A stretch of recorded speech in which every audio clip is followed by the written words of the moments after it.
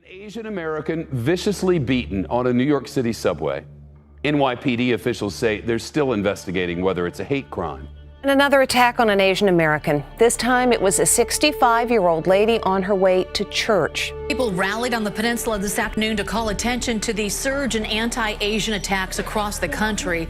More than 100 people gathered on the Oval outside Thompson Library Thursday to protest the hate faced by the Asian and Pacific Islander community following the Atlanta shooting, the killing of Muhammad Anwar, and an attack on a 65-year-old Asian woman in New York City. Well, stop the hate. There are more cases of violence and threats against Asian Americans. SFPD has arrested a man accused of threatening to kill Asian Americans, while a disturbing attack in New York City is raising new safety concerns. Over in the U.S., tens of thousands marched in New York City on Sunday to protest racial discrimination and violence against Asian Americans. Back here at home, people came together to show their support of Asian Americans and denounced anti-Asian hate crime.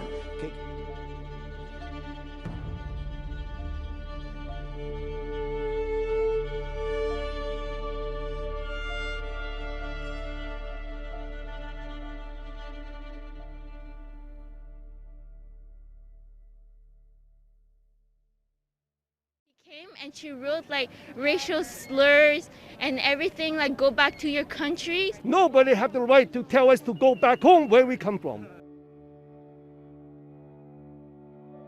Have you ever experienced any sort of racism before COVID-19 hit us? No. So you haven't experienced any type of racism like growing up, going to school, none of that? Well, yes, growing up, yes. I think in high school, in particular, it hit me. Just people saying, words and, labeling us, certain names. That impacted me when I was little, in high school, but then also I actually experienced hatred or, hate, even during the pandemic.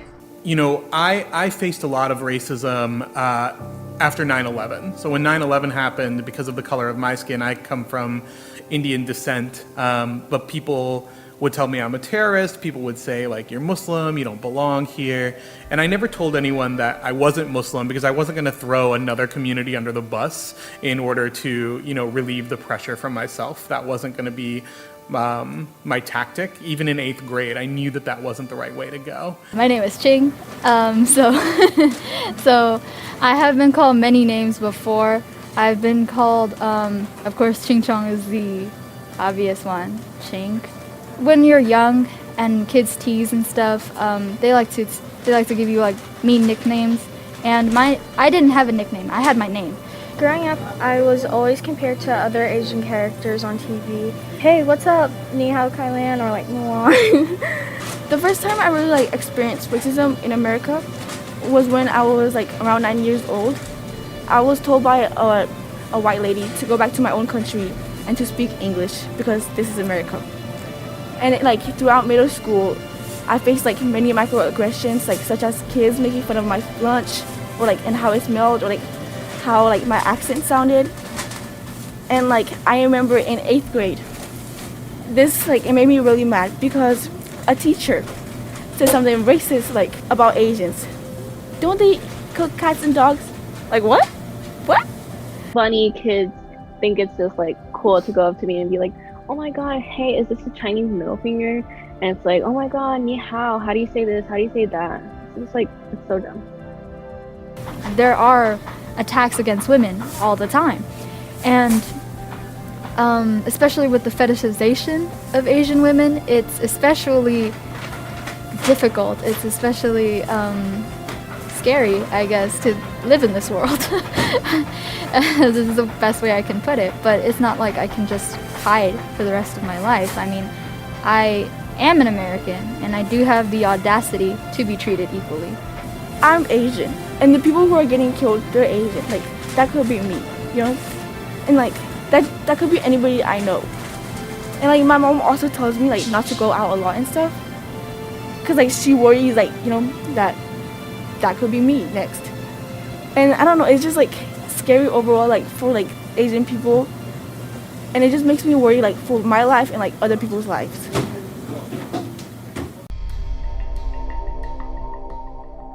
They faced a lot of discrimination, a lot of racial intolerance because they were seen as working for lower wages, taking jobs at a time when unemployment was 25, 30% in some communities.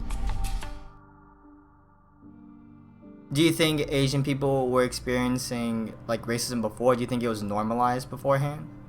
Definitely it was already a thing, but it's just not as like equivalent as much as it is now, because I believe like before, like I guess pre-COVID times, there were stereotypical assumptions made about Asians, such as like for Chinese people we quote unquote eat cats and dogs, and that there's only like I guess 3 different countries part of Asia, like Japan, Korea, and China, which are all ridiculous assumptions as well.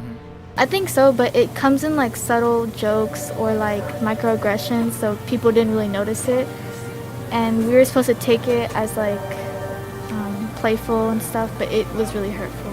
I think that Asian hate has existed in American society for a very long time.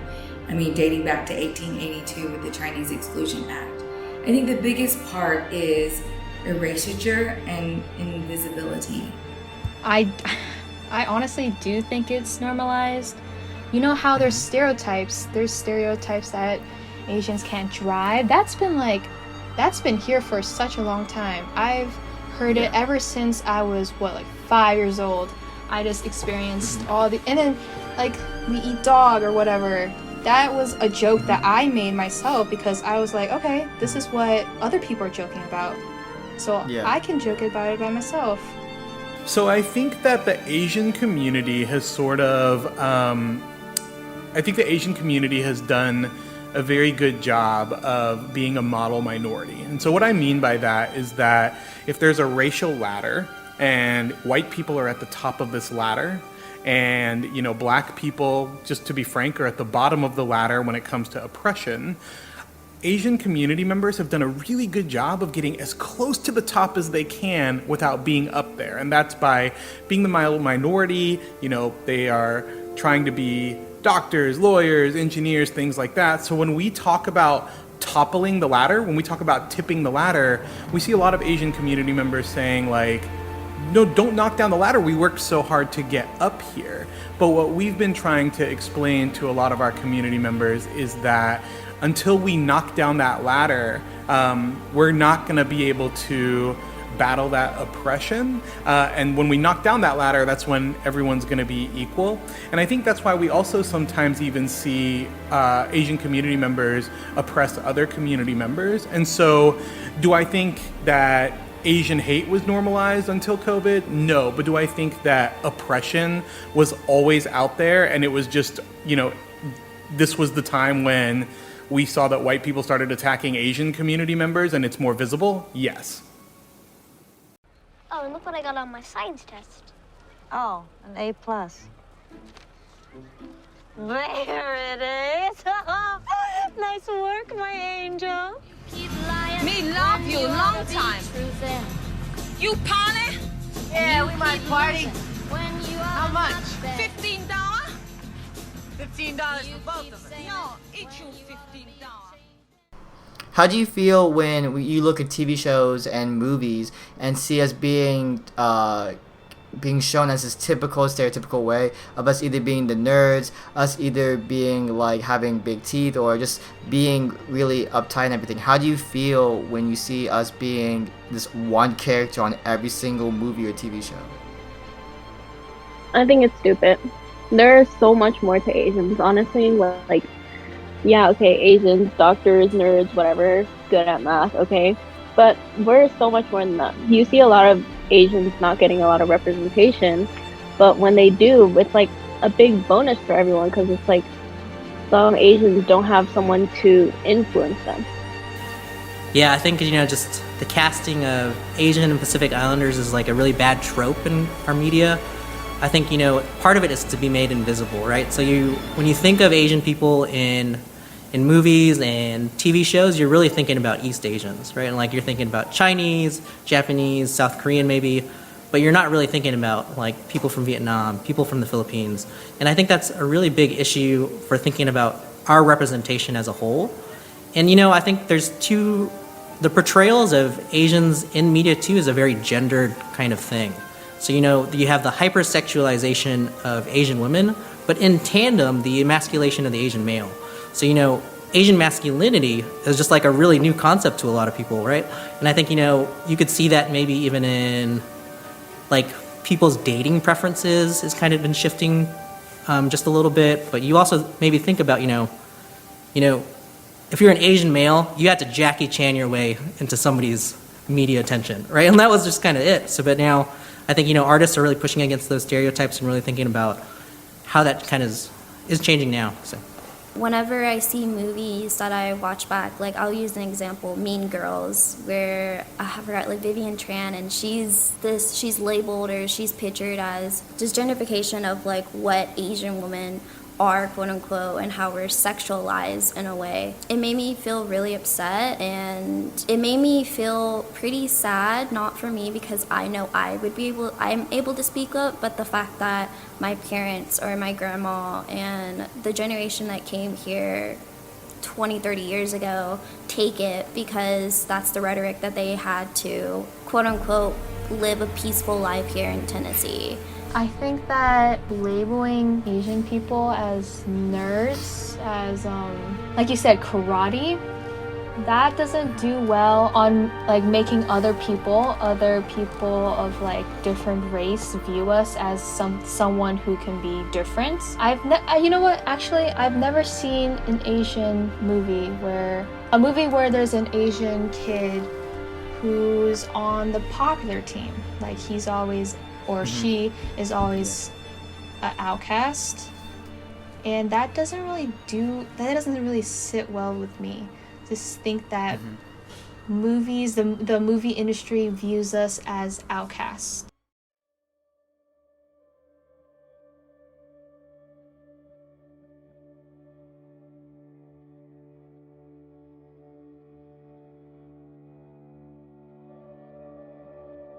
Why do you think Asian hate is so prevalent nowadays? A lot of Asians are scared because they're like, they just are. They always like to blend in with white people, so they always like make fun of themselves. So everyone's just like, oh yeah, this is completely okay. Let's just make fun of Asians. I think that for me, why Asian hate is so prevalent is because words matter, leadership matters. So, I mean, definitely in the last year when we've been going through COVID, the use of the terms Kung Flu, the China virus, have been harmful to every single person in the Asian community. Well, the main reason is because of the coronavirus.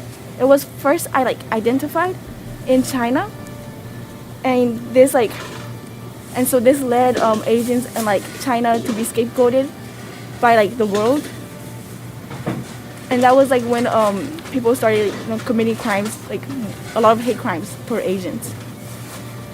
So I think it's a symptom of a lot of different hate that we've seen in history, right? We've seen after 9/11, there was hate against Muslim communities. We've seen a lot of attacks in black communities, and now it's sort of shifted to the Asian community.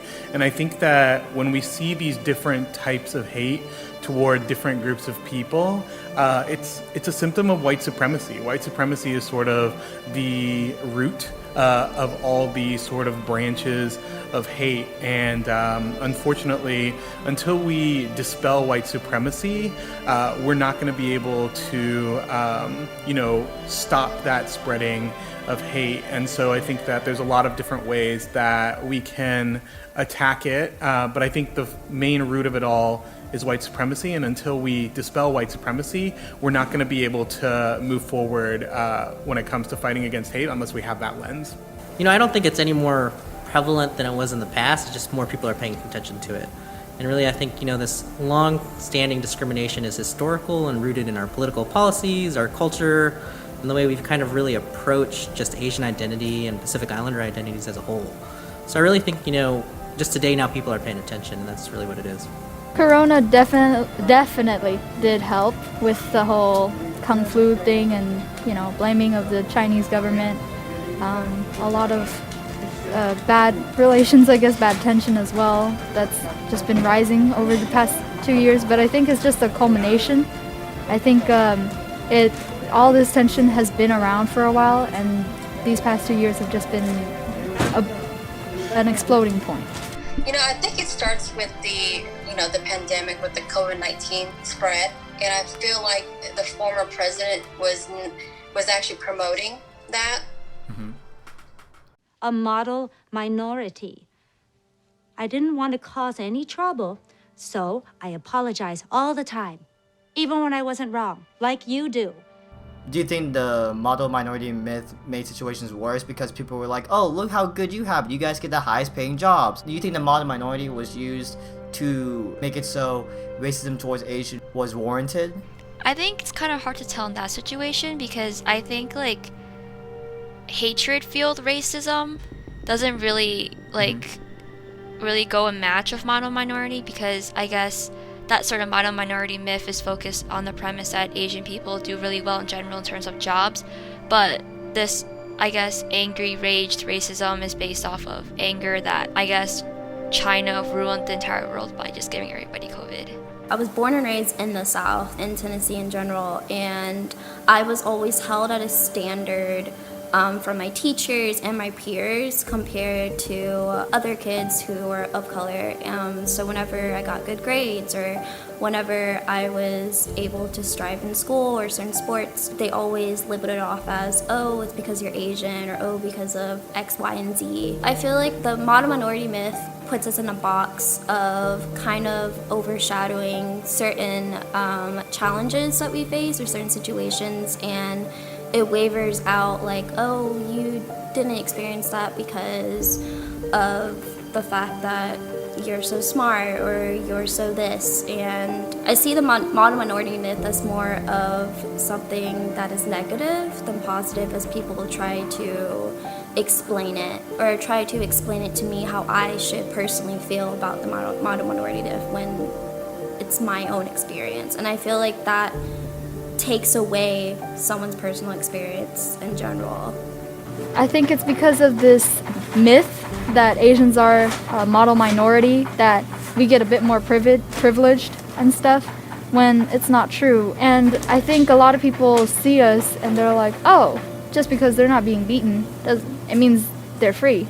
But we're all still in cages. And I feel like it's just a myth created by the oppressors, the system, saying that we have more privilege, we have more rights, when actually we have a ceiling too. We never get as far as the actual people who own the system. I think we're not a minority, we're a majority. We have waged a fierce battle against the invisible enemy, the China virus. It's a disease, without question, has more names than any disease in history. I can name Kung Flu. I can name 19 different versions of names. That name gets further and further away from China, as opposed to calling it the Chinese virus. Do you think Trump knew exactly what he was doing when he labeled coronavirus as a Chinese virus? Do you think he knew we would get attacked and racially discriminated against? Honestly, yes and no. He kind of has a small brain, so I can see why he wouldn't think that Asians are going to get attacked.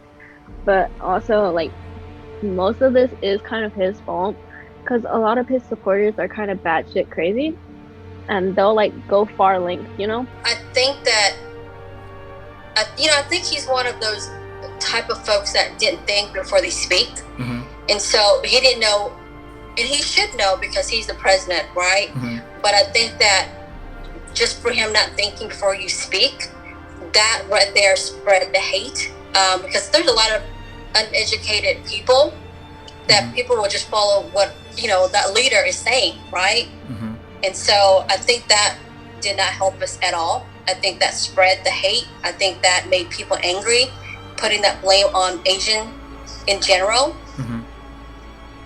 It started in China, but it didn't mean that everyone in the United States, has it or is the one spreading it. I feel like people are blaming Asians for their own inadequacies The same ones who point a finger are also the same ones who go outside without a mask or don't follow lockdown restrictions.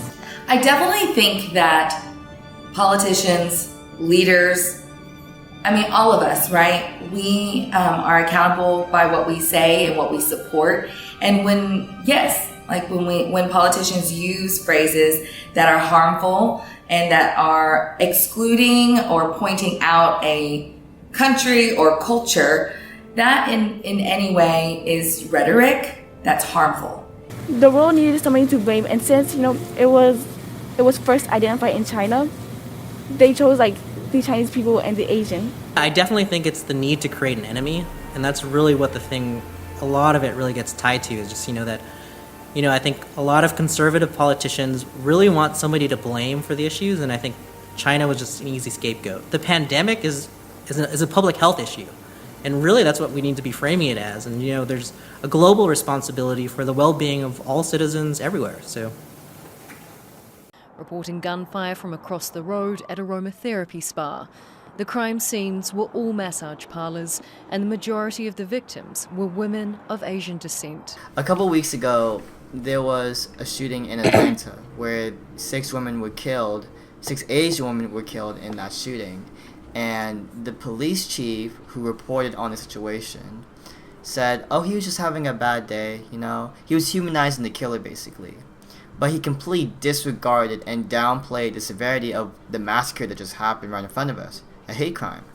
How did you feel when he invalidated our feelings? He pushed away our troubles and what we just went through as, a race and as a society. How do you feel when he was like, oh, it's okay, he was just having a bad day? When I first heard about the Atlanta shooting and how that the police chief, out of all people, would say that about a murderer, that he's having a bad day, trying to justify his actions.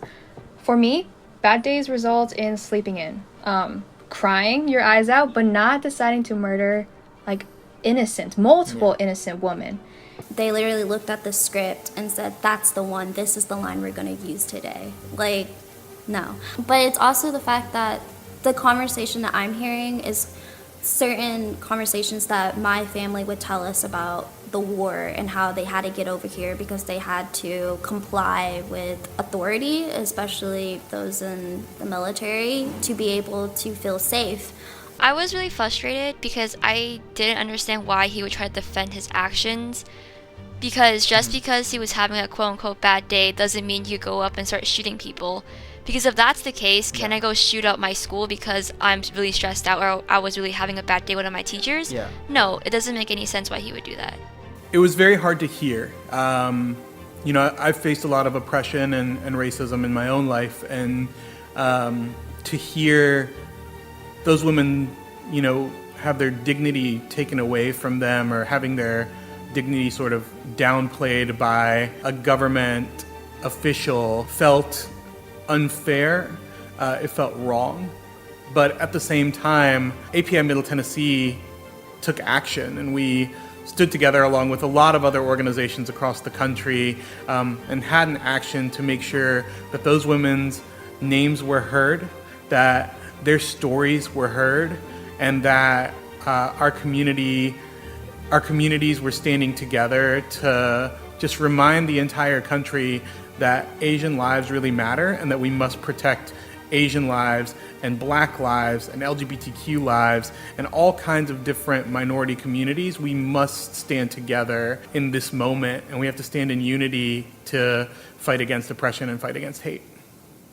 From the cause and honk their horn.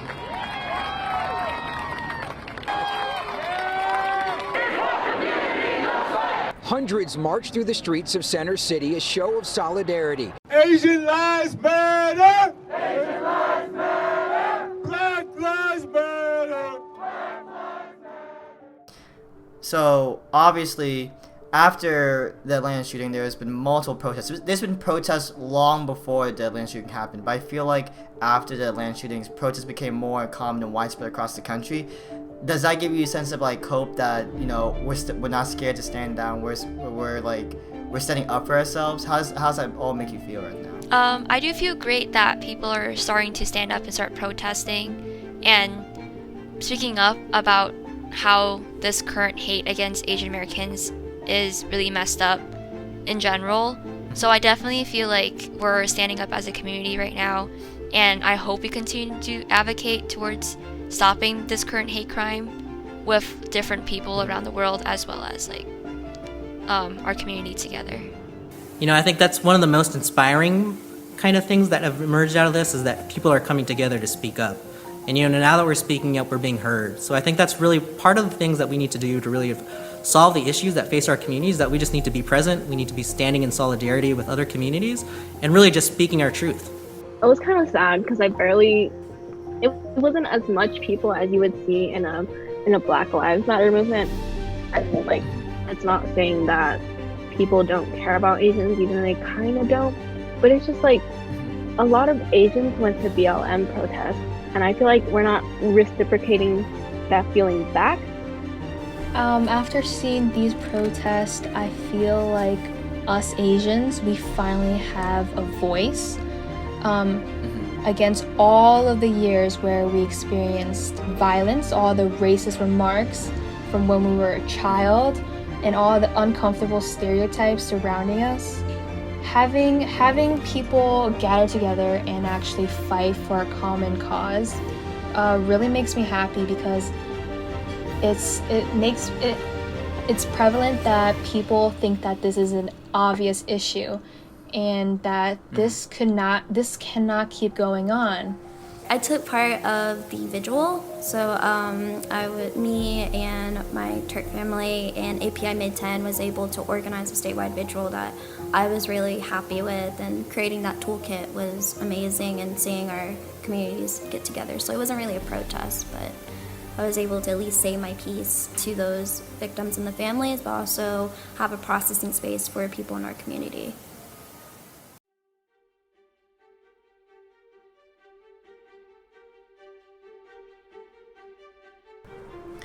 What are some solutions to Asian hate? I honestly don't think that there's any solutions. There's always going to be people who have this like superior complex, or these racist ideals that just like feels different about anyone that's different from them physically. I just say that the best thing someone could do is just not be like a bystander in these situations. Like I said before, I attended a bystander program, and they told me how to target these issues. Number one, start listening. Stop dismissing. I think a lot of Asian microaggression, Asian discrimination is because people think that they know what we're like. I'm gonna be real here. It's not just the white people. It really is not.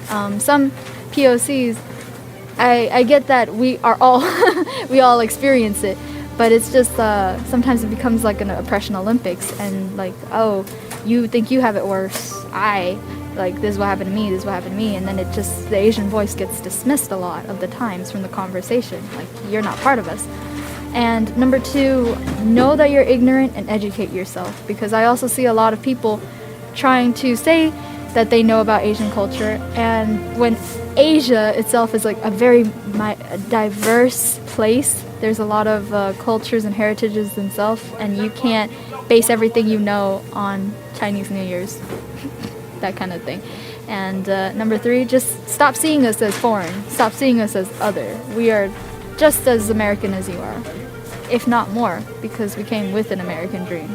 I think just spreading awareness, like this documentary, is a great way to bring awareness. I mean, I don't really think there's like a definite solution, but just like bringing awareness and educating people is like would be good. And like for like non-Asian people, I think like they need to listen to what we're saying. They need to like uplift our voice. I don't really think there is a solution. Like, Chicago has a lot of police forces, mostly because of gang activity, but not many police officers are doing anything about Asian hate. I mean, like, we barely get Asian hate in Chicago anyways, because it's mostly very diverse, but like places in New York, they also have a lot of police. but many of the Asians there are getting hurt and injured because of racial motives. And I honestly don't know how someone can solve that problem. I just think that everyone needs to chill out and love each other. It's really not that hard. Right now, I think the only thing we could do is to spread awareness about it and to speak up for it, and also to help each other out, defend each other, and stand up against racist people. And if we keep advocating towards keep making sure that our elders and that Asian people are safe in general, I feel like that could cause some better changes that's currently happening right now than before. I think networking with your, representative, state, local representative, being part of, associations and groups, and just speaking as what's happening. Mm-hmm. I think the more, voice that we can make, the more that people are going to say, okay, enough is enough. Mm-hmm. So that way we can slow down or stop the hate one day. I'm with NAP Tennessee. I am the director of membership. So I'm with the National Association of Asian American Professionals for the Tennessee chapter. Our mission statement is to definitely connect, educate, and community services. So I think the first thing is that if you are of API descent, do not hesitate to share your story. And that doesn't mean you have to get in front of a mic or get in front of a camera like I am. You can write an op-ed, you can share your story with your friends, with your neighbors. This is an opportunity to be unafraid or to find a way to at least talk through your fears. And if you're not of API descent, I think the first step is listening, really taking a step back and really listening to Asian voices and centering a lot of this movement around Asian and Pacific Islander voices. Without even that, we are gonna, be a little lost. But I think in this moment, Asian and Pacific Islander voices are our anchor, and that's gonna steer us in the right direction. So I think that's the first place to start. I think there are so many ways that we can move forward together. And it really starts with you. It starts with each one of us really looking internally, inward, reflecting, thinking about what we say and how our words affect other people. And for me, I have done a study on how to be an anti-racist. I'm currently doing a study on how to fight racism. And for me, it's really helping me unpack my own unconscious bias. So I challenge everyone to really, if book's not your thing, there are so many YouTube, videos, there's Instagram. I mean, Emmanuel Acho's Uncomfortable Conversations, I could not recommend that more. We've all got to get uncomfortable. And we've really got to look, at ourselves, one, at our inner circles and our families, have those tough conversations, and our communities. API Mid-Tennessee and Turk showed me that my love language is showing someone how much power they have. And that power comes from storytelling, that power comes from community, and that power comes from representation that you see in different fields, whether you're going into a situation that you're unfamiliar with, you have someone in your group that could possibly be able to give insight for you. And I feel like being part of these groups and showing politicians and showing the community in general that we are here and we're all standing together as brothers and sisters is powerful in its own self. My colleague Pratik told me something that was very empowering, and he said, nowhere in history where we have relied on the 3 branches of government to create change in this country. It starts with us. And I take that to heart, and I'm so happy to be able to be part of a board member, and as a worker for a nonprofit organization like Turk to create that platform for those to make that change. Hearing our stories, I feel like, is one thing that I've seen as helpful, because they would be able to just hear us out instead of us feeling like there's a biasness like the model minority against us to be uncomfortable to talk and say our piece. But also joining us with API Mid-10, supporting our events, supporting our youth and community, I feel like it's a big push as well that they could help with. One, we have to speak from our perspective in the way social systems have created injustice, because that's very unique, and I think that's something we have to offer to the conversation. Ultimately, I think, part of being in the South, that discussions around race are so binary. They're very literally black and white. And thinking about where we come in is like, in some ways, Asian identity is a privilege, right? We carry some of those, false kind of stereotypes that we kind of benefit from, right? Like, we benefit from proximity to whiteness, like this sort of idea that, Asians do well in school, right? So there are those kind of things, but, we ultimately need to leverage that privilege into making change. So I think standing from our own positionality, where we are, the kind of oppressions that we face, we just have to speak those truths. Recognizing that one suffering and then another community suffering is our own, and really standing together to, address anti-blackness in the South, addressing racism as a whole, and really thinking about making institutional change and changing the systems that really continue to perpetuate systems of injustice. So API Middle Tennessee, we got started maybe in 2019, and it was just a few community meetings where we were just coming together to really think about what our community needed to look like and what we needed to do. And from there, we just kind of kept talking and really thinking about how we show up, and that's just how the organization got formed. So we officially got incorporated as a nonprofit organization at the start of 2021. And now our mission is to work towards racial justice by building API community, lifting API voices, and unpacking API identities. And that's really, I think, important for us, the way that we really center racial justice as part of our mission and really see us tying into the overall landscape of Nashville and Middle Tennessee as a whole.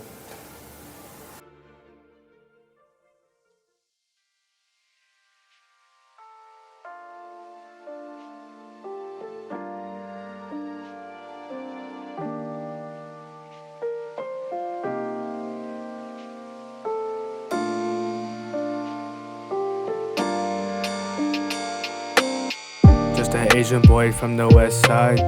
I'm just trying to live my best life, and lately it don't feel so right. I've been staying up at night. I'm trying to find my wings, trying to fly, but it's hard when you don't feel alive. Look around and I see all the crime, all the broken hearts. It's a sad time. See, time moves with or without you, so no matter what you have to do, you gotta keep moving when you feeling blue. Animosity up in the air. You should know that life ain't fair. Nowadays being real is rare. You shouldn't be so afraid to show you care, yeah.